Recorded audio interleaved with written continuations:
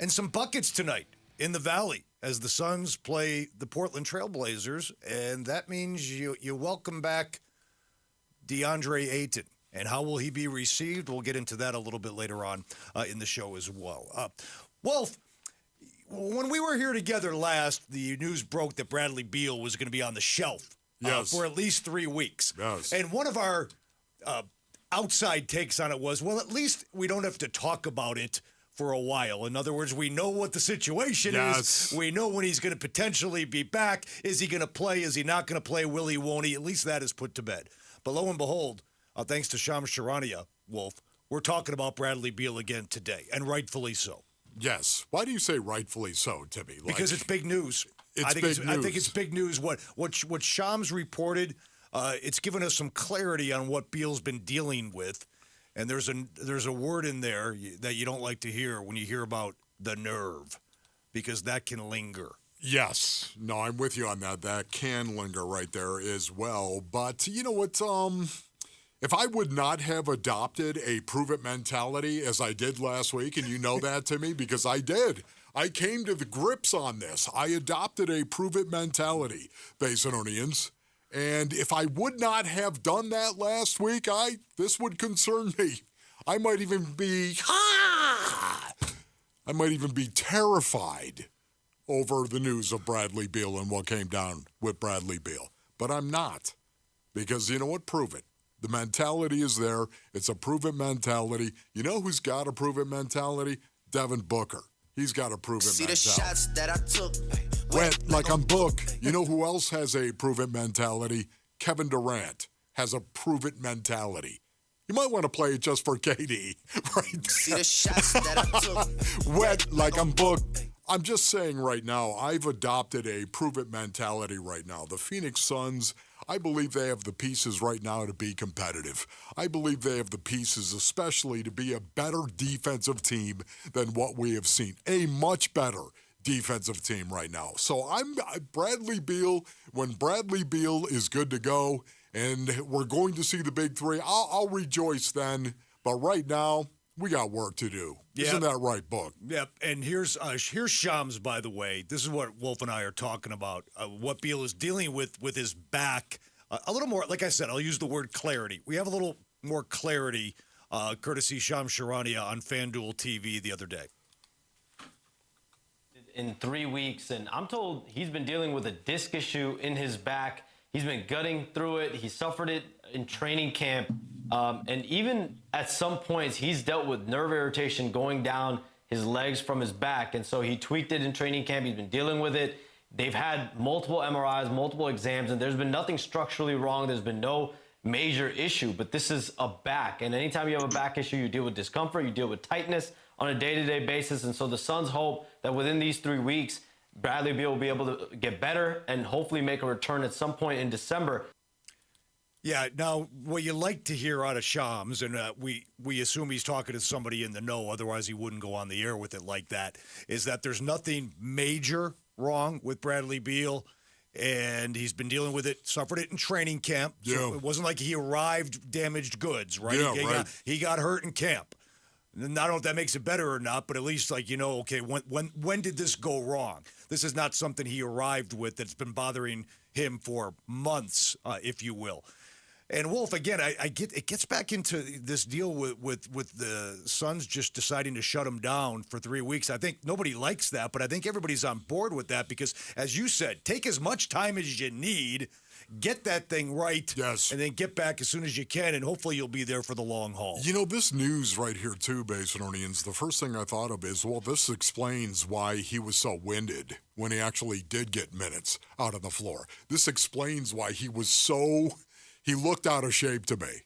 He looked out of shape, and yet most people tell me Bradley Beal is a guy that works out hard.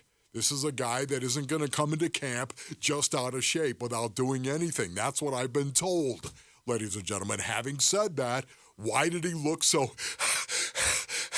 out of shape when he was out there actually playing?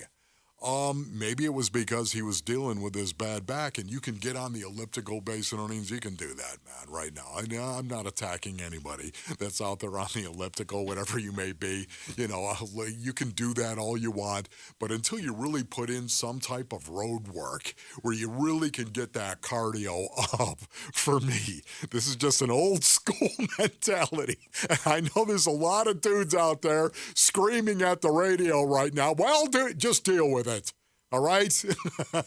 You can't really get into shape unless you're running and you're working, especially basketball shape. Yeah, and let me push back a little bit on those who maintain Bradley Beal wasn't very good in the 3 games he played. Let me remind everybody that Beal averaged over 17 points a game in the 3 games that he played. And he was really good, taking away the Bulls game. That was his first game back since March 21st. But against the Lakers and the Thunder, I mean, he had a 20-point first half against the Lakers. He was outstanding. Then, I don't know if it's the back or the conditioning, but Bradley Beal was highly ineffective in the second half of that game, had only 4 points. And was just not the same player he was in the first half. Right. And then against the Thunder, 13 points in the first half, 2 in the second half. So, to say he was completely ineffective or not very good during his 3-game stint, I don't think it's totally accurate. He was very good for the first half of these games against the Thunder and the Lakers, and then ran out of steam for whatever reason, and I think we just went over the potential reasons in the second half. But here's more from Shams before we put a bow on this thing, Wolf. Again, this goes back to what I was saying. At least we're out of this. Will he, won't he? Is he going to play? Is he not going to play? Will this be the debut of the Big Three? No, shut him down and get him healthy. Here's Shams on that. For the Suns, this was really about, instead of him being day-to-day, literally every day, and trying to push through it, and any given day he could be 60%, he could be 70% and try to play. The next day he could be 30% and then try to go through shoot-around and not play. Like, instead of going through the back and forth, the Suns made the decision basically to shut Bradley Beal down. I think for them, they're not playing for November, December. They're playing to try to be into May and June. And so this was the decision they made with Brad Beal. Yeah, for me right now, it's more the same. This is just more detail as to what actually happened to Bradley Beal. Doesn't change anything. Doesn't change the date they expect him to be back. It doesn't change it. It gives us a little bit more insight. Yes, there seems to be a nerve issue, but if you got a disc that's thrown out, that could be creating that nerve issue once again. So again, I'm not a trainer. I'm not a doctor. Yep. Not trying to act like that right now. I think this is just detail on why he's looking to come back in December and not tomorrow. Well, if you're looking at the calendar, Bradley Beal will now be evaluated, hopefully not eliminated, evaluated in 17 days. So we are 17 days away from the 3-week mark, which would be Friday, December 8th, okay? And there's a good chance, unless the Suns somehow earn a wild card bid into the knockout round, that they're going to have a couple of days off and not be involved in the semifinals and championship game in Vegas. So if Bradley Beal is evaluated in 3 weeks from last Friday, that's 17 days from now, he could be back on the court December 12th in a game against the Golden State Warriors. And that's best case scenario. But again, like I opened up the show with today, Wolf, when you hear the word nerve, like there's a nerve issue, sure, that you can wait and wait and wait for that nerve to stop being impacted. Yeah, you could wait, or you could just adopt a prove-it mentality. So what you're saying is you could just adopt the prove-it mentality, bring it on. I'll worry about the big three when we actually see the big three. Right now, Devin Booker is a superstar. KD looks like a legend. He's playing excellent basketball. Right? Look, the Suns are going to be good. I'll consume Bradley Beal in the big three when we're actually shown Bradley Beal in the big three. KD was a one-man wrecking crew. Now, Book was good too, but Durant was a one-man wrecking crew over the weekend in Salt Lake City.